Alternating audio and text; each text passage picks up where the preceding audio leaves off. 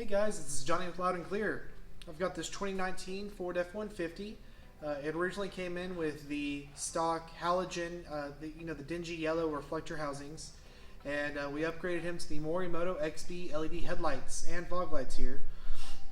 We initially talked to him about doing just LED retrofits into his reflector housings, but once we showed him these, he was just sold on them because they create such a nice color output. Have a nice optics with the nice lens that controls the light that comes from the LED inside these headlights right here.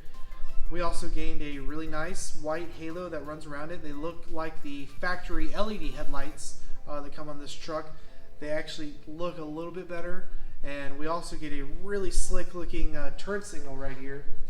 So when you hit that right there, you have a nice sequential light output. The stock ones don't have anything like this. And we also did the LED fog lights.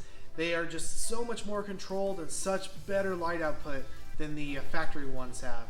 And so if you have any questions, give us a call at 972-442-2272 or check out our website lncaudio.com, and you gotta really check these headlights out. They are the coolest for this truck. They're better than any other brand out there.